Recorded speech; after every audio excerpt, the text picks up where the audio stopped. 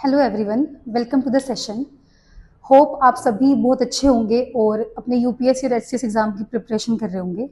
My name is Richa from Preamble IAS. Today we is covering the topic about C SAT which is known as paper 2। तो start करते हैं। Today's topic is number system. आज हम number system को पढ़ेंगे। UPSC C SAT में maths के major portion में नंबर सिस्टम का बहुत ज़्यादा रोल रहता है। कम से कम भी 10 to 12 question each year number system से आते हैं, which is very important because UPSC C SAT we know as कि वो क्वालिफाइंग एग्जाम है। 33% ऑफ मार्क्स लेने होते हैं, but this is not very easy. हमें बहुत मेहनत करनी पड़ती है उसके लिए, क्योंकि वो अब बहुत मुश्किल बनाने लग गए हैं एग्जाम को। इतना ईजी नहीं बनाते जितना पहले होता था, तो थोड़ी मेहनत करनी पड़ेगी। आज हम क्या कवर करेंगे? तो we will cover the what is C SAT and why number system is so important. Then definition of number system, types of number system, and divisibility rules, their shortcut keys which is crucial, and then practice करेंगे हम MCQs की कुछ solutions के साथ। First of all, we will talk about what is CSAT. As we know, Civil Servant Aptitude Test, हम इसे इसी तरीके से बोलते हैं। पेपर 2 यूपीएससी प्रीलिम्स पेपर 2 के नाम से भी आप सभी लोग इसे जानते हो। ये 200 मार्क्स का एक एग्जाम है, जिसके अंदर आपको 2 घंटे के एग्जाम में 80 क्वेश्चंस आपको आते हैं, एंड देन हमें 33% मिनिमम क्वालिफाई करना होता है। यानी कि अगर 200 मार्क्स का एग्जाम है, 33% इज 66 मार्क्स। इसमें कुछ टॉपिक्स आते हैं जैसे कि maths, reasoning and English and comprehensions. तो मैथ्स का जो पोर्शन है वो अब बढ़ चुका है। पहले 20 to 30 questions of mathematics UPSC prelims में आते थे। अब 2023-2024 के एग्जाम पैटर्न को देखते हुए क्वेश्चंस को बढ़ाकर 40 क्वेश्चंस बना दिए गए हैं। Okay,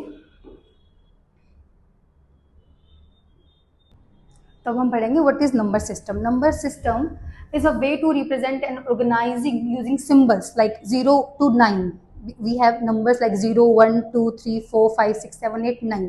These are digits we use in number system. Classification number system की हम जब स्टार्ट करते हैं तो हम पढ़ते हैं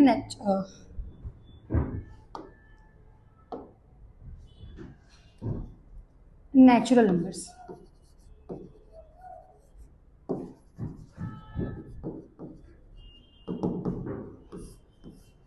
नेचुरल नंबर्स वो नंबर्स होते हैं जो कि 1 से स्टार्ट होते हैं।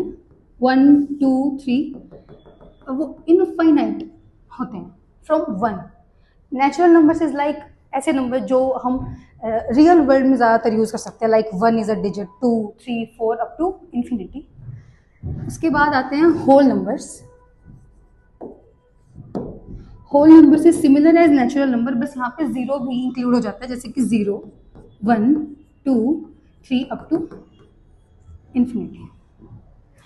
होल नंबर जैसे कि होल इसमें लिखा हुआ है, तो this is a complete set of numbers like 0, 1, 2, 3, 4 up to infinity. इसके बाद नंबर्स आते हैं हमारे like integers. Integers are both positive और negative numbers like 0, -1, -2, -3, also 1, 2, 3, 4 up to infinity and up to minus infinity. These are integers. अगर मैं इसको एक नंबर लाइन पे समझने की कोशिश करूं तो this is a number line starting from 0 to infinity are known as whole number, and from 1 to infinity जहाँ पे हम 0 को इंक्लूड नहीं कर रहे हैं, 1 to infinity this is natural numbers, and -1 up to minus infinity to infinity known as integers. Okay.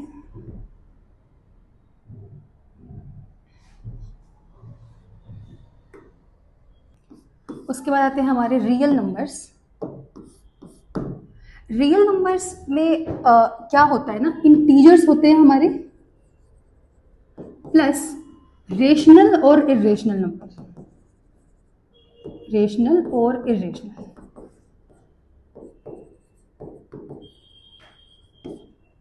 Rational numbers वैसे number होते हैं हमारे जो कि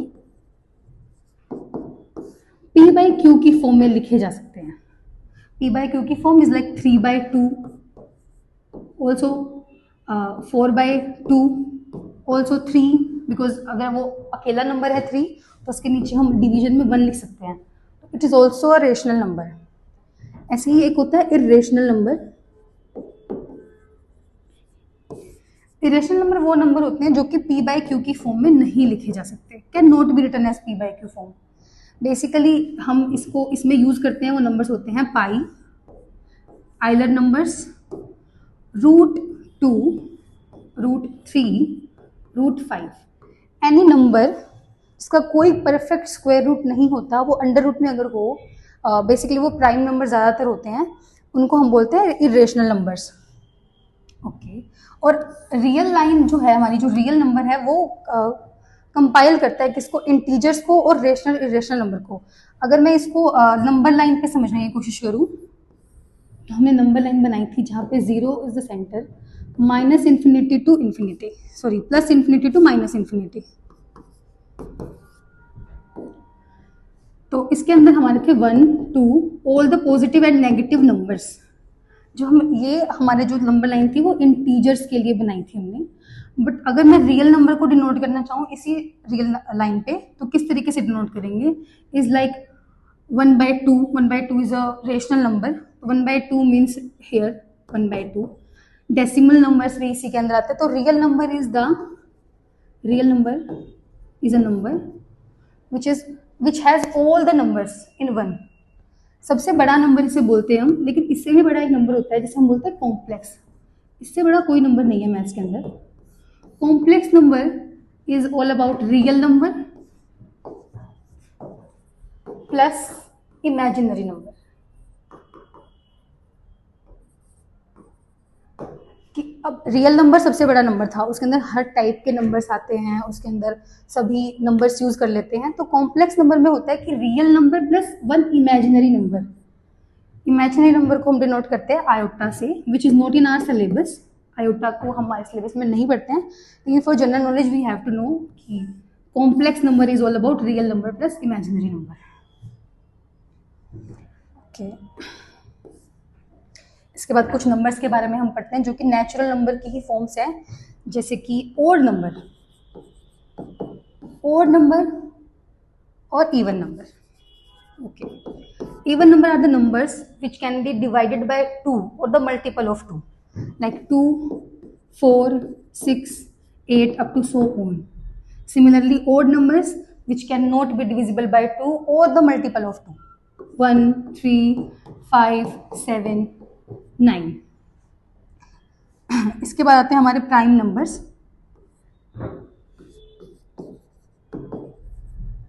एंड कॉम्पोजिट नंबर्स।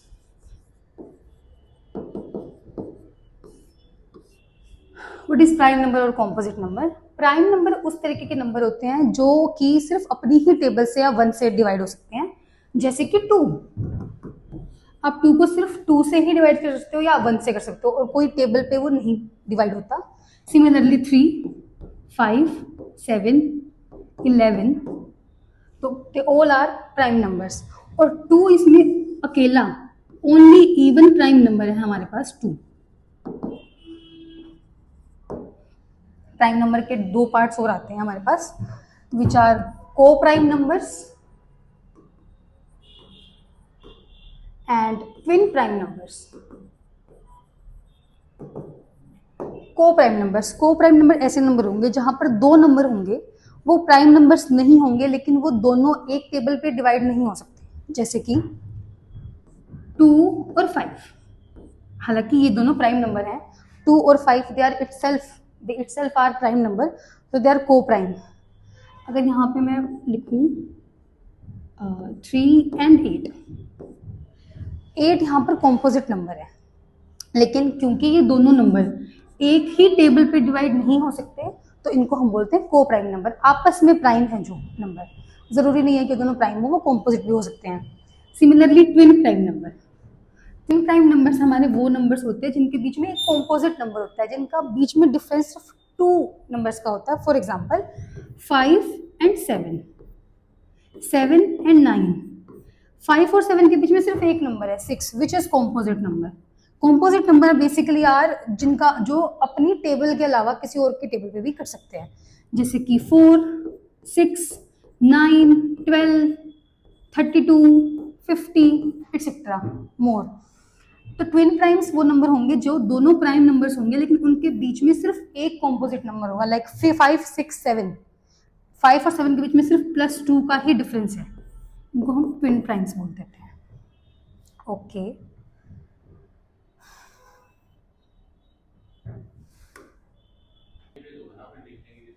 हाँ, अच्छा, इसके बाद हम एक क्विक रिकैप लेते हैं नंबर्स के बारे में, विच इज़ नेचुरल नंबर। इसको हम डिनोट करते हैं NSA, 1, 2, 3, 4, 5, इसमें इंक्लूड नहीं होता है 0। सिमिलरली होल नंबर 0 से स्टार्ट होते हैं, 3 अप टू सो ऑन, और इसमें 0 इंक्लूडेड है। इंटीजर्स को डिनोट करते हैं हम Z से। आप लोग इसको I से डिनोट मत करना, विच इज़ रॉन्ग। Z से डिनोट करते हैं negative and positive numbers. Then rational number denoted by Q। Rational numbers are numbers which has pointed decimal numbers and the numbers which are written in form of P by Q. Similarly, then we know about rational numbers. Rational numbers are like Q dash. Rational is Q and irrational is Q dash. √2, pi, e, √3, √5, √7 and so on. And real number is all of the above. इन सभी को अगर मिला दिया जाए तो एक real line बनती है। इसके अंदर सभी टाइप्स के नंबर कंसिस्ट होते हैं except imaginary number which is known as complex number.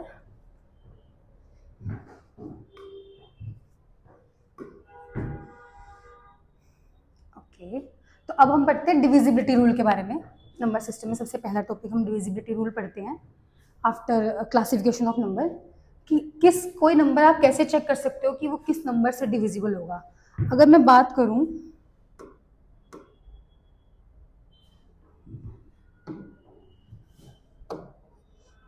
अगर हम बात करें डिविजिबिलिटी रूल फॉर 2, तो कोई भी इवन नंबर है, all even numbers can be divisible by 2, like 2, 4, 6, 8, 12, 14, 18, 20, every number. Then for 3, how can we check कि 3 से कौन सा नंबर डिविजिबल होगा? हम कैसे चेक करेंगे? कोई नंबर है लाइक 612, हमें चेक करना है कि ये नंबर 3 से डिवाइड होगा या नहीं होगा। तो हम क्या करेंगे, 3 के जितने भी जो नंबर था 6, 1, 2, इन सब के डिजिट्स को ऐड कर देंगे तो बनेगा, अगर वो ऐड करने पे आया 9, अगर इसको एडिशन करने पे जो नंबर बनता है वो 3 से डिविजिबल है, 3, 6, 9, 12, 15 ऐसे है, तो वो नंबर 3 से डिविजिबल है।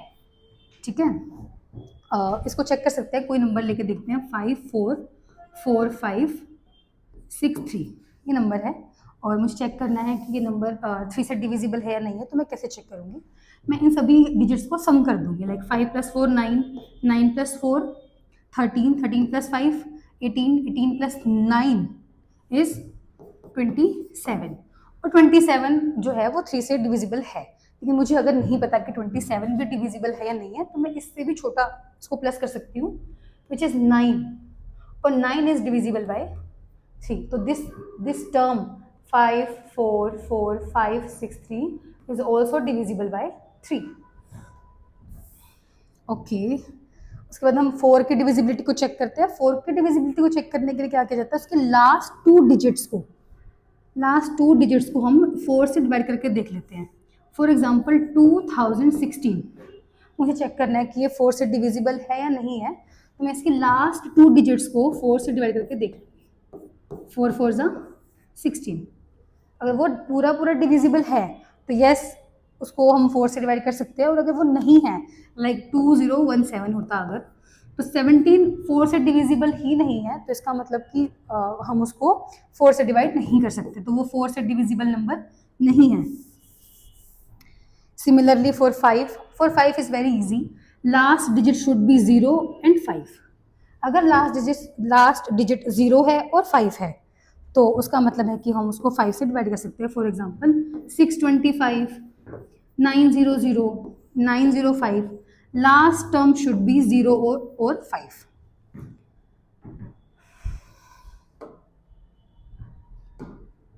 उसके बाद डिविजिबिलिटी रूल चेक करेंगे हम 6, 9 और 11 का।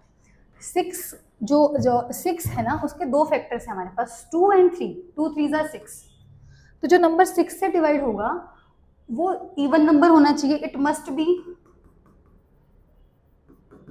अ even number because even number is divisible by 2, or the sum of that number be divided by 3. For example 312, हमारे पास एक नंबर है 312 312। तो मुझे चेक करना है कि ये 6 पे डिविजिबल है या नहीं है। तो मैं क्या करूँगी कि सबसे पहले तो मैं लास्ट टर्म देखूंगी, it should be even number. तो 2 तो इवन नंबर है। अब मुझे चेक करना है कि वो 3 पे भी मतलब उसको डिविजिबल होना चाहिए। तो मैं सबको प्लस कर दूंगी, 3 + 1 + 2 विच इज नोन एज 6। तो 6 इज ऑल्सो डिविजिबल बाय 3। तो this number is divisible by 6।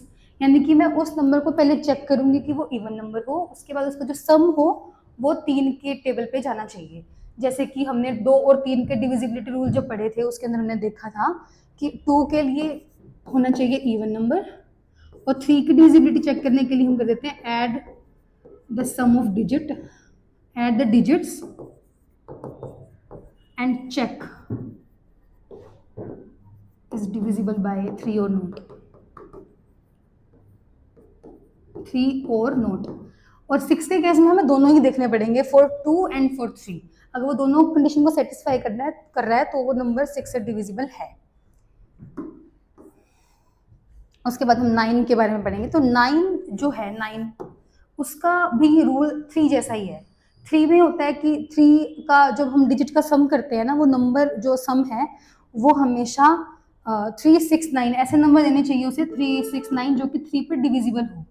लेकिन 9 के केस में क्या होता है, जैसे कि क्वेश्चन था 7 2 9, इसके भी हम डिजिट ही ऐड कर देंगे, जैसे हम 3 के टेबल में ऐड करते हैं, 3 वाले केस में ऐड करते हैं। 7 + 2 + 9 = 18, और 8 + 1 = 9। एंड में वो जो सम हम करते जाते हैं लास्ट में वो 9 ही आता है। उसके बाद इतना ज़रूरी नहीं है कि इतना बार बार हम उसे एडिशन करें। तो फर्स्ट एडिशन के बाद उस नंबर को हम 9 से डिवाइड करके देख लेते हैं। अगर वो 9 से डिवाइड हो जाता है तो इसका मतलब कि वो क्या है, 9 से डिविजिबल है।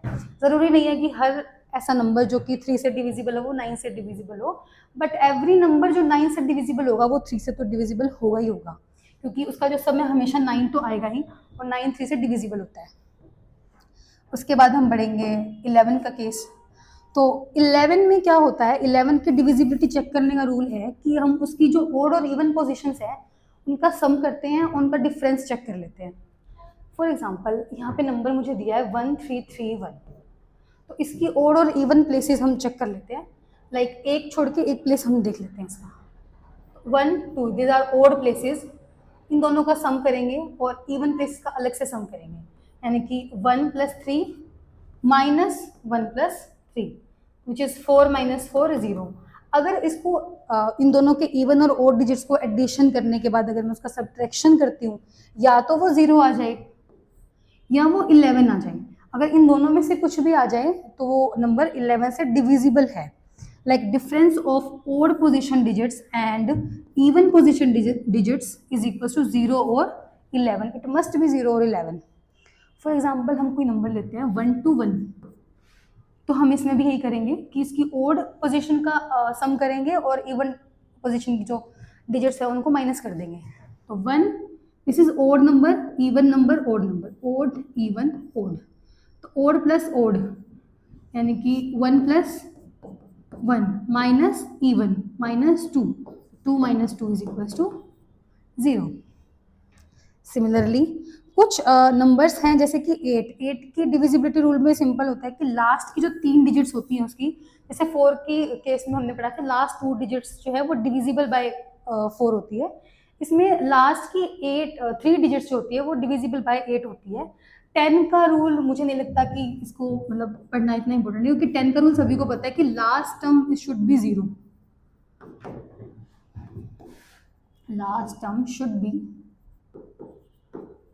क्योंकि 20 है तो ऑब्वियस है कि वो 10 से कटता है क्योंकि लास्ट टर्म उसके 0 है। सिमिलरली फॉर 25 का केस चेक करने के लिए हम क्या करते हैं, लास्ट की जो 2 डिजिट्स होती है वो हमसे डिविजिबल होती है वो 25 से।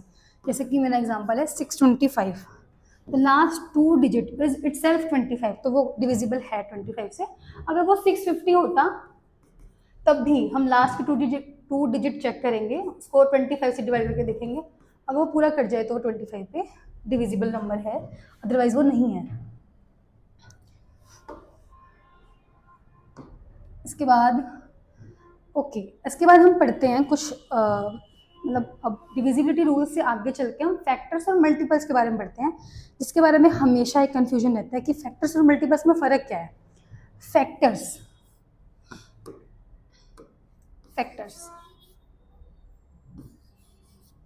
Factor divides the number exactly, no reminder.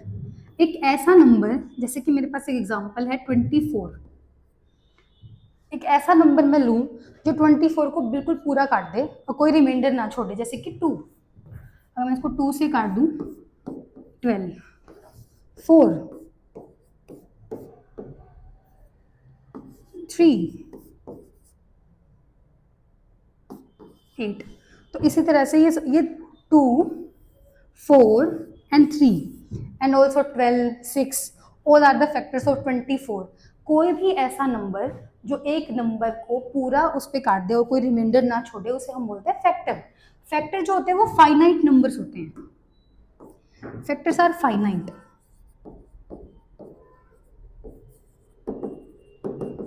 And less then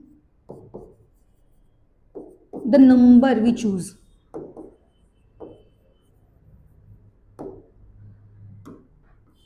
जैसे कि अगर मैं मान लेती हूँ मैं 100 लेती हूँ, 100 एक डिजिट लिए मैंने, मेरे को उसके फैक्टर्स चेक करने हैं, तो फैक्टर्स में कैसे चेक करूँगी? वो हमेशा फाइनाइट होंगे, लिमिटेड नंबर्स होंगे, और वो हमेशा जो मैंने नंबर लिया है उससे कम होंगे। जैसे कि 1 is also a factor of 100, then 2, 4, 5,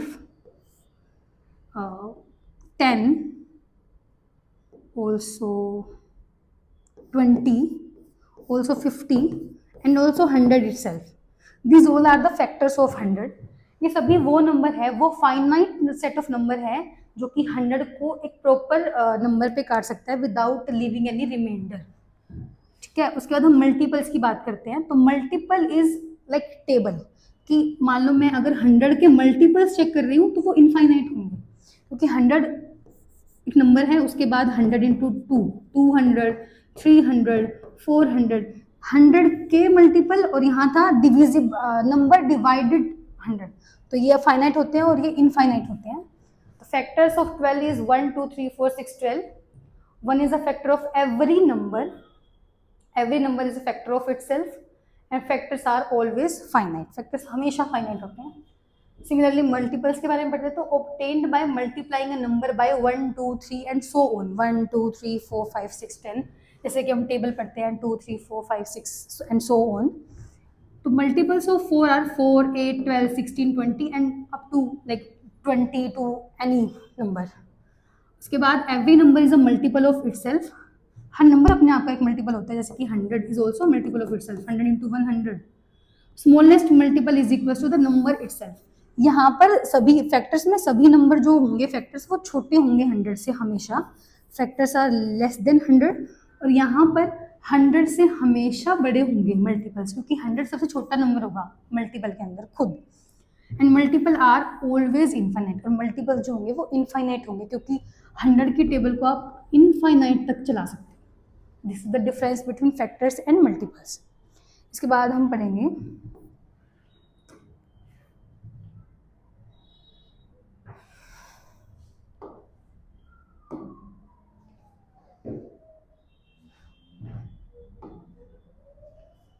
HCF and LCM। इसमें बहुत ज़्यादा कन्फ्यूजन रहता है, क्योंकि हाईएस्ट कॉमन फैक्टर और लीस्ट कॉमन मल्टीपल इसे इस तरीके से पढ़ते हैं, और हाईएस्ट कॉमन फैक्टर का नाम हाईएस्ट है, लेकिन ये हमेशा छोटा निकलता है, छोटा सा नंबर मिलता है। और लीस्ट कॉमन मल्टीपल, जिसमें हमें लगता है कि भाई ये तो लीस्ट है और ये बड़ा नंबर मिलता है हमेशा। इनका डिफरेंस क्या है? क्योंकि फैक्टर्स को मैंने अभी जस्ट पढ़ा, तो फैक्टर्स क्या होते हैं? एक ऐसा नंबर जो उस नंबर से डिवाइड हो जाता है ना, लाइक 100 के बारे में हमने पढ़ा तो 2 इज द फैक्टर ऑफ 100, और मल्टीपल्स के बारे में हमने पढ़ा तो 100 इंटू 2 इज है ना। तो इसीलिए हाईएस्ट कॉमन फैक्टर हमेशा नंबर से छोटे मिलते हैं, क्योंकि वो फैक्टर्स जो होते हैं वो लेस देन नंबर होते हैं, और मल्टीपल्स हमेशा बड़े मिलते हैं थोड़े से, क्योंकि वो हमेशा ग्रेटर देन नंबर होते हैं। अब इनको फाइंड आउट कैसे करते हैं, थोड़ा सा इसके बारे में सीखते हैं। तो हमारे पास कोई नंबर है लाइक 12 एंड 36, इसका हाईएस्ट कॉमन फैक्टर हमें फाइंड आउट करना है।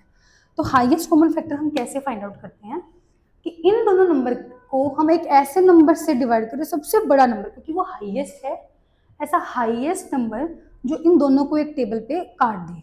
जैसे कि इन दोनों को 12 को काट सकता है खुद 12, 12 वन जा 12, और फिर 12 काट सकता है 36 को, 12 टू जा 12 थ्री जा 36, सॉरी। तो इस तरीके से 12 यहाँ पर हाईएस्ट कॉमन फैक्टर है। तो इसको निकालने का तरीका ये तो नहीं है, ऑब्वियसली समझा रही हूँ मैं आपको कि हाईएस्ट कॉमन फैक्टर कैसा होता है, एक ऐसा नंबर जो उन दो नंबर को आपस में एक नंबर पे काट दे। ओके, अब अगर मुझे 12 एंड 36 का हाईएस्ट कॉमन फैक्टर निकालना है, मैं आपको 3 ट्रिक्स बताऊंगी, 3 पैटर्न्स बताएंगे हम आपको। फर्स्ट इज बेसिक मेथड कि 12 एंड 36 का मेरे को HCF निकालना है, तो मैं क्या करूँगी, डिवीजन मेथड निकालेंगे। छोटी जो टर्म होगी उसको हम बाहर लिखेंगे 12, और ग्रेटर वन को हम लिखेंगे अंदर। 12 थ्री जा 36, और ये पूरा कट गया। अगर ये यहाँ पे पूरा कट गया, इसका मतलब 12 क्या है, हमारा HCF है। ठीक है, अच्छा, अगर इसके अलावा, ये तो बहुत इजी नंबर था कि 12 36, तो हाँ ऑब्वियस है कि आपस में ये दोनों कॉमन फैक्टर्स होते हैं। अगर मैं नंबर लूँ हमारा यहाँ पे 4 एंड 70, अब इसमें हमें चेक करना है कि हाईएस्ट कॉमन फैक्टर कौन होगा। हाईएस्ट कॉमन फैक्टर कैसे चेक करेंगे कि 70 को हम अंदर लिखेंगे एंड 4 को बाहर लिखेंगे। 4 वन जा 4, 30 एंड 4 6 जा 24, 4 7 जा 28, 4 7 जा 28। अब 2 रिमाइंडर आया है, ठीक है। अब हम क्या करेंगे, इस रिमाइंडर को यहाँ छोड़ना नहीं होता, इस 4 को आगे हम डिवाइड करना शुरू कर देंगे 2 से। अब जो ये 4 था वो यहाँ आ जाएगा, 2 2 जा 4, लास्ट में ये पूरा कट गया। अगर ये लास्ट में पूरा कट जाता है तो उससे पहले जो नंबर होता है उसे हम हमारा HCF बोलते हैं। तो यहाँ पे हाईएस्ट कॉमन फैक्टर था 2। ठीक है, सेकेंड मेथड जो इसको करने का है वो है इन दोनों के अलग से हम एलसीएम ले लेंगे। जैसे कि हाँ, 4 का एलसीएम ले लेंगे यहाँ पे, और 70 का एलसीएम ले लेंगे हम यहाँ पे। तो छोटे नंबर से स्टार्ट करते हैं। तो 2 2 जा 4, 2 1 जा 2, 2 2 3 जा 6, 2 5 जा 10, 5 7 जा 35 एंड 7 1 जा 7। अब मैं लिख लेती हूँ 4 के फैक्टर्स मेरे आए हैं 2 इंटू 2, एंड 70 के मेरे फैक्टर्स आए हैं 2 इंटू 5 इंटू 7 इंटू 1। अब हम इन दोनों नंबर्स में जो कॉमन नंबर है उनको निकालेंगे। तो 2, सिर्फ ओनली 2, यहाँ पे सिर्फ अकेला नंबर है 2 जो आपस में कॉमन है। तो 2 क्या है हमारा यहाँ पे HCF, क्योंकि ये सब 2 इसमें तो है बट दूसरे में नहीं है, 5 7 भी ऊपर नहीं है। तो जो सिर्फ जो कॉमन निकला है, जो इसका इंटरसेक्टेड पॉइंट निकला है, उसको हम बोलते हैं हमारा HCF।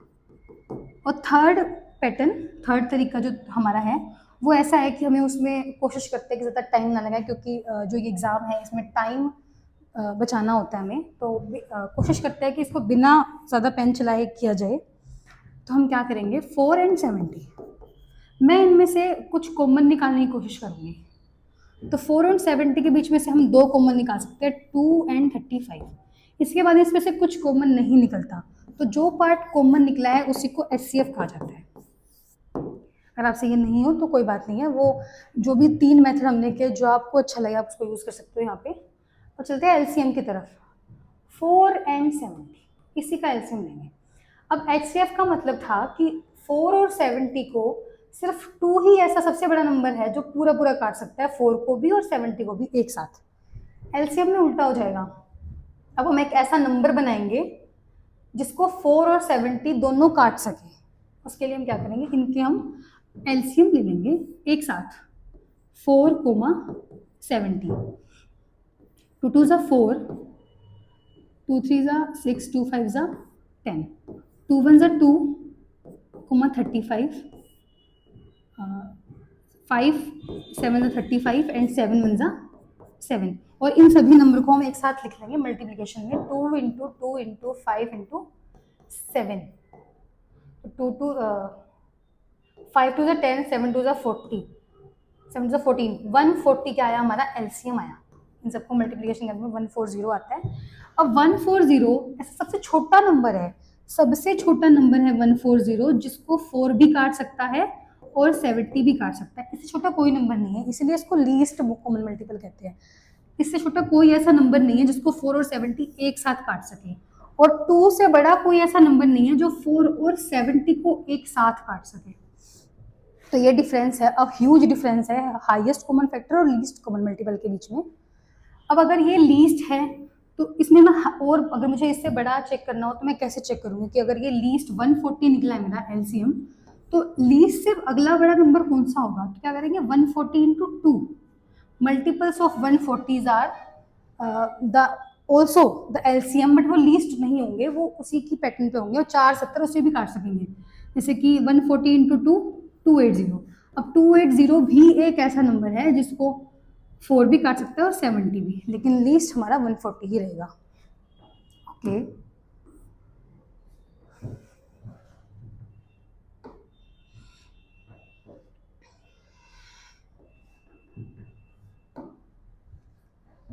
हाँ, इसके बाद हम कुछ एमसीक्यू क्वेश्चंस करेंगे।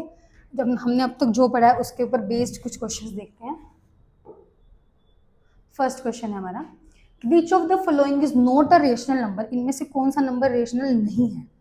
तो चेक करते हैं हम वन बाय वन।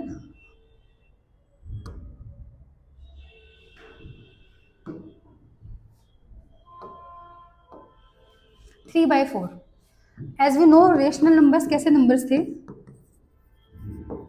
जो कि p बाय क्यू की फॉर्म में लिखे जा सकते थे, और वहां पर q जो होगा वो नॉन जीरो होना चाहिए। ठीक है, अब p बाय क्यू 3 बाय 4, इसका मतलब 3 बाय 4 ऐसे है ना, तो ये तो p बाय क्यू की फॉर्म में ही है, तो it is a rational number, तो ये तो नहीं हो सकता हमारा ऑप्शन। सेकेंड इज √9, √9 का मतलब होता है कि 3, √9 मीन्स 3 इंटू 3, और पेयर आ जाता है तो इसको बाहर निकाल लेते हैं तो वो 3 बन जाता है, तो ये भी हमारा रेशनल नंबर ही है। फिर आता है √7, और इरेशनल नंबर के बारे में हमने यही पढ़ा था कि अंडर रूट के अंदर कोई प्राइम नंबर आ जाए, ऐसा प्राइम नंबर जिसका कोई प्रॉपर स्क्वायर रूट नहीं हो रहा हो, जैसे कि 7 को आप बाहर नहीं ला सकते रूट से, तो ये इरेशनल नंबर है, तो हमारी जो तलाश थी वो यहीं पे ख़त्म हो जाती है।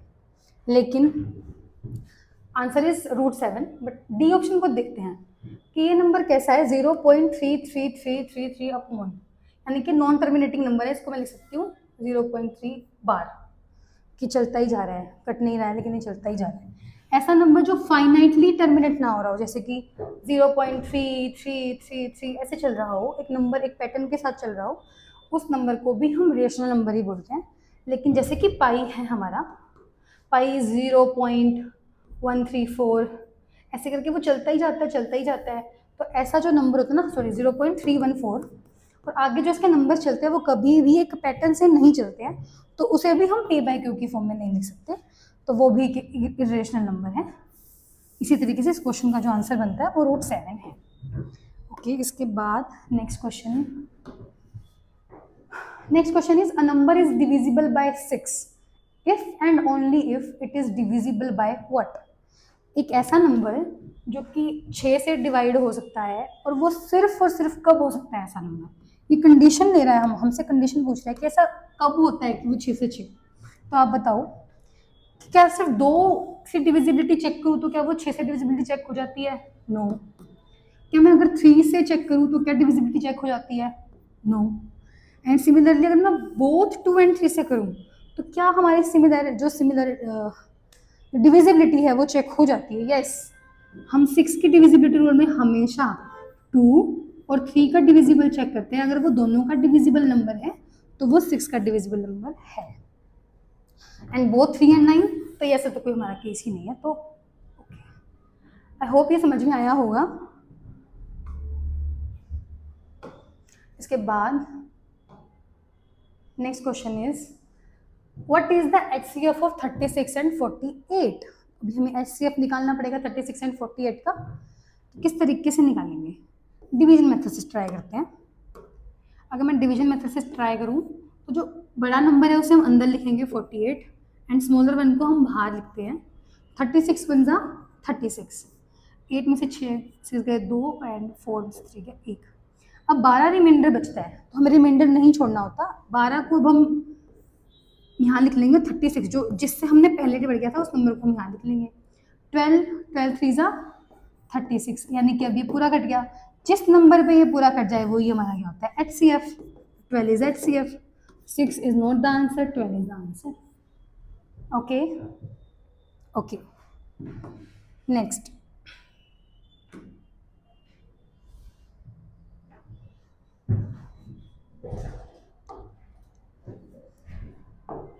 The next question is which of the following number is divisible by 11? Okay, यहाँ पर भी हमें divisibility rule चेक करना है for 11। तो सबसे पहले हम ऑप्शन ए को देखते हैं। 11 का divisibility rule कहता है sum of odd digits minus sum of even digit।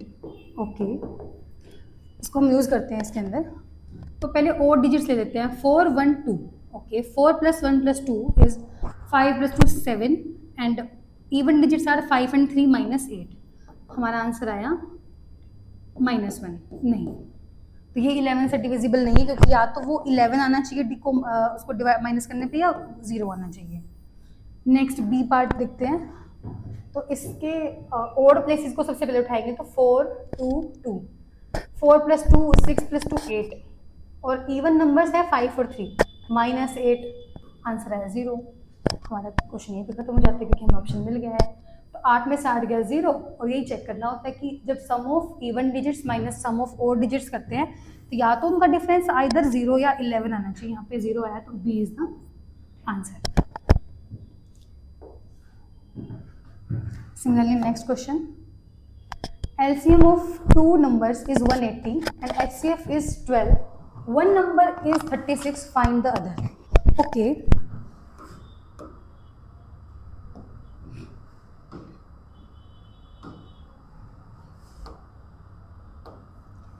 एक LCM HCF का एक स्टेटमेंट है which is LCM into HCF is equals to sum of multiple of numbers, product of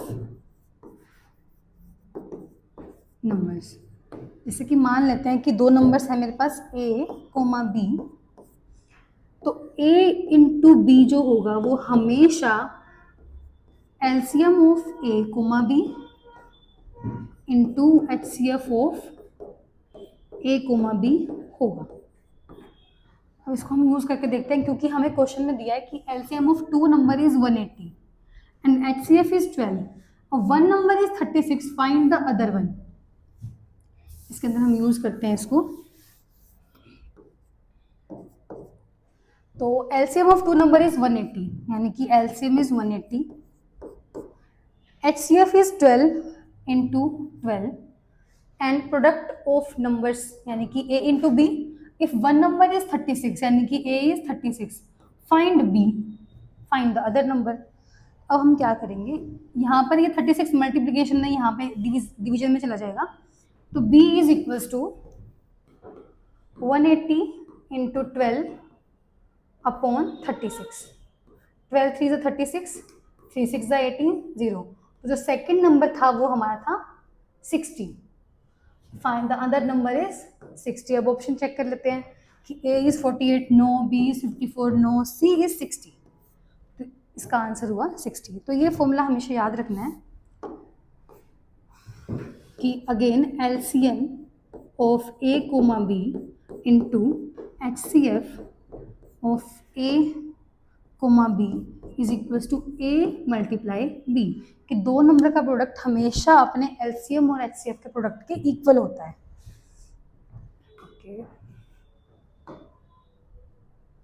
okay, summary करते हैं, summarise करते हैं अब हमारे आज के सेशन को। हमने आज पढ़ा नंबर सिस्टम के बारे में।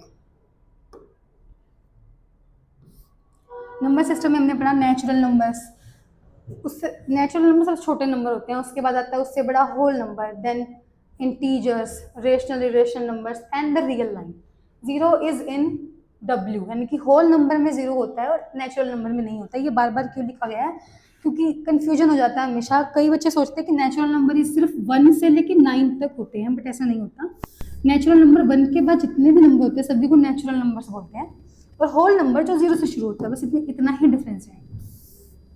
उसके बाद हमने पढ़ा रेशनल नंबर्स के बारे में। रेशनल नंबर्स जो कि पी बाई क्यू के फॉर्म में लिखे जा सकते हैं, और उनका जो डिनोमिनेटर होता है वो हमेशा जीरो नहीं होता, नॉन जीरो होता है। टर्मिनेटिंग हो सकते हैं ये, और रिकरिंग डेसिमल्स भी हो सकते हैं। टर्मिनेटिंग मतलब ये 4/2 की फॉर्म में भी हो सकते हैं, कि पूरा काट सकते हैं दूसरे को, और रिकरिंग नंबर हो सकते हैं लाइक 0.33333, ऐसा नंबर भी हो सकता है। This is known as rational numbers. फिर हमने पढ़ा इरेशनल नंबर्स के बारे में, जो कि पी बाई क्यू की फॉर्म में नहीं लिखे जा सकते, cannot be in P by Q. Under root non perfect square, under root के अंदर ऐसा नंबर जो कि नॉन परफेक्ट है उसे हम बोलते हैं irrational number. Also pi and Euler numbers. Euler's numbers हमारे सिलेबस के बाहर की चीज़ है। पाई हाँ हम यूज़ करते हैं समटाइम्स, तो हमें पता होना चाहिए। पाई इज 22/7 एंड 3.14, 22/7, और इसको लिखते हैं 3.14। ठीक है। उसके बाद डिविजिबिलिटी रूल्स हमने चेक किए कि डिविजिबिलिटी रूल ऑफ 2, 3, 4, 6, 9, 10, 5 एक्सेट्रा। और उसके बाद हमने पढ़ा HCF LCF का कंसेप्ट, जिसके अंदर हमने पढ़ा कि HCF into LCM is equals to product of two numbers. इसके बाद हम लोग पढ़ेंगे रिमाइंडर कंसेप्ट, उसके एडवांस क्वेश्चंस, और इस टॉपिक के भी एडवांस क्वेश्चंस अगली क्लास में। मिलते हैं नेक्स्ट वीडियो में। For more updates subscribe our channel और other social media platforms. Thank you.